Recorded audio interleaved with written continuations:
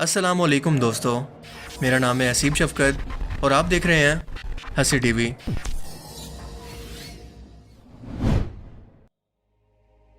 آپ سب نے یقیناً ہماری اس عظیم و شان کائنات میں موجود اب تک کھوجے گئے سب سے پراسرار آبجیکٹس بلیک ہولز کے بارے میں تو یقیناً سنا ہوگا، جو کہ کسی بڑے سائز کے ستارے جسے ریڈ جائنٹ کہتے ہیں اس کی موت کے بعد پیدا ہوتے ہیں۔ ان کی گریویٹیشنل فورس اس قدر زیادہ ہوتی ہے کہ روشنی بھی ان سے باہر نہیں نکل سکتی، اور یہی وجہ ہے کہ یہ جہاں پر بھی موجود ہوں وہاں دور دور تک بس اندھیرا ہی ہوتا ہے، اسی لیے انسانی آنکھ سے انہیں دیکھنا ممکن نہیں۔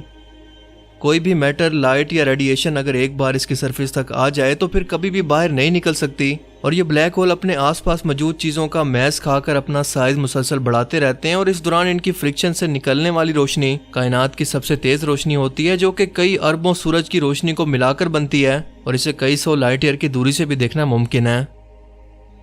سائنٹسٹ کے مطابق بلیک ہول ہماری ایک کائنات سے دوسری کائنات میں جانے کا راستہ ہے۔ یہ ایک قسم کا شارٹ کٹ ہے جو کہ کائنات کے کپڑے میں ایک سوراخ کو پیدا کرتا ہے، مگر فی الحال یہ ایک تھیوری ہے جسے ثابت نہیں کیا گیا، کیونکہ ایک تو انہیں ڈھونڈنا انتہائی مشکل کام ہے، اور دوسرا کوئی بھی اس کے اندر جانے کا رسک کبھی نہیں لے گا۔ مگر ہالی ووڈ کی انٹرسٹیلر فلم کے اندر یہ منظر دکھایا گیا ہے کہ کیسے کوئی شخص نہ صرف ایک بلیک ہول کے اندر سفر کر سکتا ہے، بلکہ اس کی دوسری سائڈ پر نکل کر کسی اور کائنات میں باہر نکل آتا ہے،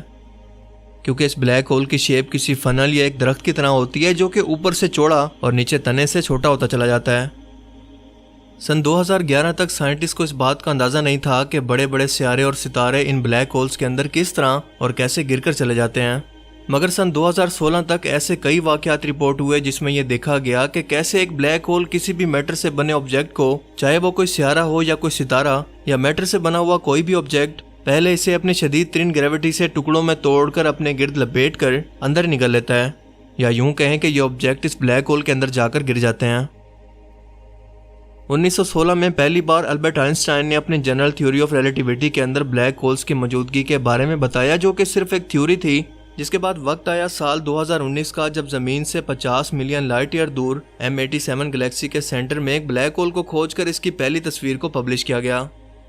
یاد رکھیں کہ ہم انسانوں نے پہلی بار 2019 کے اندر اپنی آنکھوں سے اس وقت اسے دیکھا جب ہبل ٹیلی اسکوپ جیسی ایڈوانس دوربین نے بے حد مشکل مرحلوں سے گزر کر پہلے بلیک ہول کی تصویر کو کیپچر کیا۔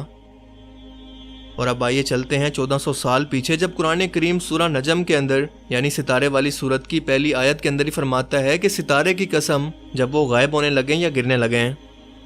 تصور کر کے دیکھیں کہ کیا کوئی اس دور کے اندر بلیک ہول کے بارے میں سوچ بھی سکتا تھا، یا اس دور کے اندر بلیک ہول کی خصوصیات کے بارے میں اس کا تصور کرنا بھی ممکن تھا؟ بالکل بھی نہیں۔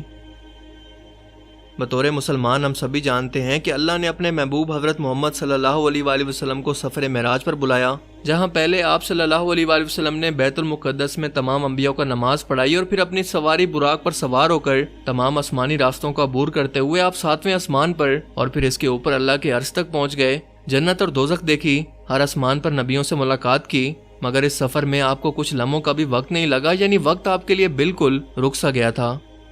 کائنات کے لامحدود فاصلے جو کہ ختم ہونے کا نام ہی نہیں لیتے، اور ایسی ایڈوانس ترین ٹیکنالوجی جو کہ اسپیس کے اندر ٹریول کرنے کے لیے موجود ہی نہ ہو، جو اس قدر تیز رفتاری سے سفر کر سکے کہ 7 آسمانوں کا سفر صرف کچھ ہی لمحوں کے اندر ہو جائے، آج بھی ممکن نہیں۔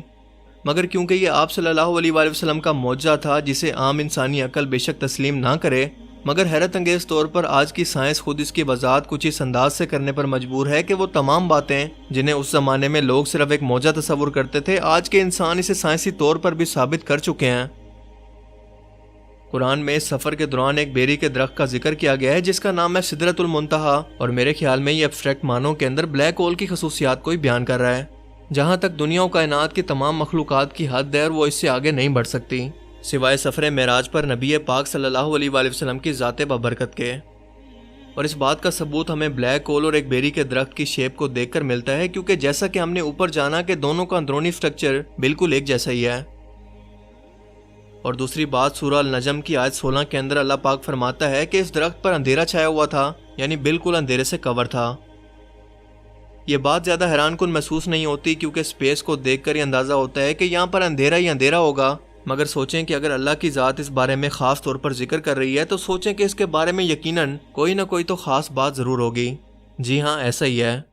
کیونکہ اسپیس میں ویسے تو کئی جگہیں ایک دوسرے سے بڑھ کر کالی ترین ہے، مگر بلیک ہول سے زیادہ کوئی بھی جگہ کالی سیاہ نہیں ہوتی، کیونکہ یہ لائٹ کو بھی اپنے اندر جذب کر لیتے ہیں۔